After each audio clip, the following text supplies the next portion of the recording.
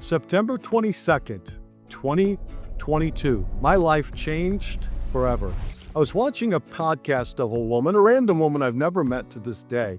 And as she was sharing her story, she was talking about her successful life and how she just sold her business and launched her kids and everything was great, all except her marriage. And she said, my only failure in life was my marriage. And I heard this big voice in my heart say, you didn't fail your marriage.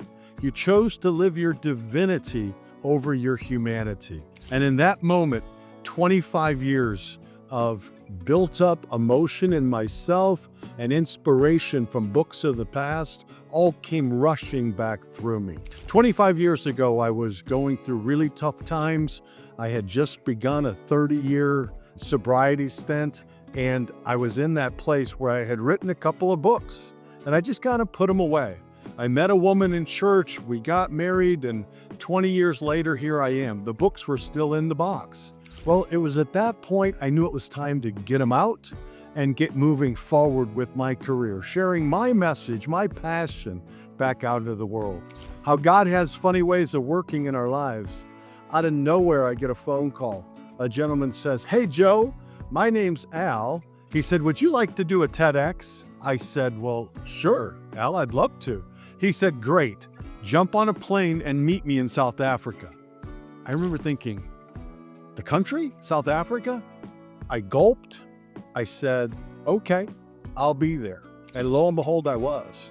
2 weeks later, I'm doing my TEDx in South Africa, and my heart will never be the same. I met a community of people whose hearts are so full of a power greater than themselves. You can see it in their eyes. You can see it in their smiles. And I learned some things that I never knew. I'm that stereotypical middle-class white guy who lives in Georgia, Atlanta, Georgia. And, everywhere I go, I see relatively solid abundance. So I'm in South Africa, and I learned for the first time that millions of people around the world don't have water. I mean, literally don't have running water. And my head exploded. I thought, how could that be? I was out with a walk with a good friend of mine, a global traveler, quite honestly. His name was Chris. We came across these two beautiful kids. And I said, "Chris, what about them? Do they have water?" He shook his head and he said, Joe, no, there's no way those kids have water. My heart will never be the same. And it wasn't.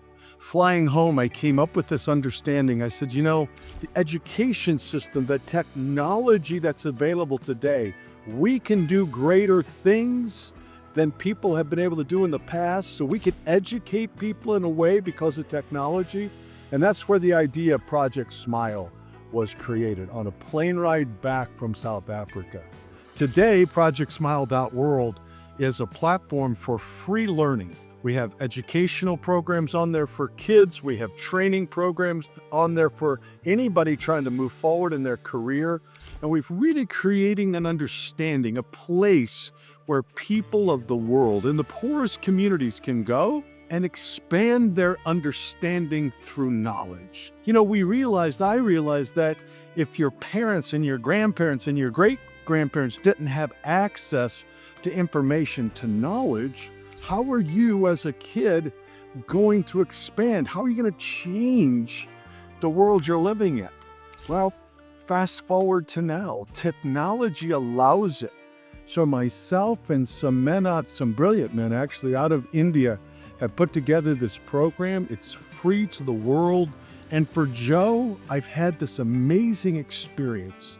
I've had a life full of gratitude, a true life of gratitude. Well, in these past couple of months, I've moved from gratitude to grace. And what I really understand is that gratitude is that internal feeling, that feeling of warmth, that feeling of pleasure, that feeling of accomplishment that God gives us every time we receive God's glory, in whatever it looks like. Well, grace is the experience you get as you start giving back. I don't know what to say. My heart is different today because of that trip. It all started a couple years ago. Now I'm living more in a place of grace. I still have tremendous things to be grateful for, but my calling, my passion, my purpose out there is to help bring clean water to places in the world that don't have it. I'm creating a movement. I've created a mission. We've created a platform. And together, we're literally changing how the lives of many people are going. And we've had live streams. Our first live stream had over 13,000 people. My second live stream had over 34,000 people. I'll have another live stream coming up here August the 1st and every 1st and 15th. And one person at a time, people are getting together. People are waking up. Our hearts are coming together to be able to truly help and support and invest in the poorest communities of the world, because together we can change the world one smile at a time.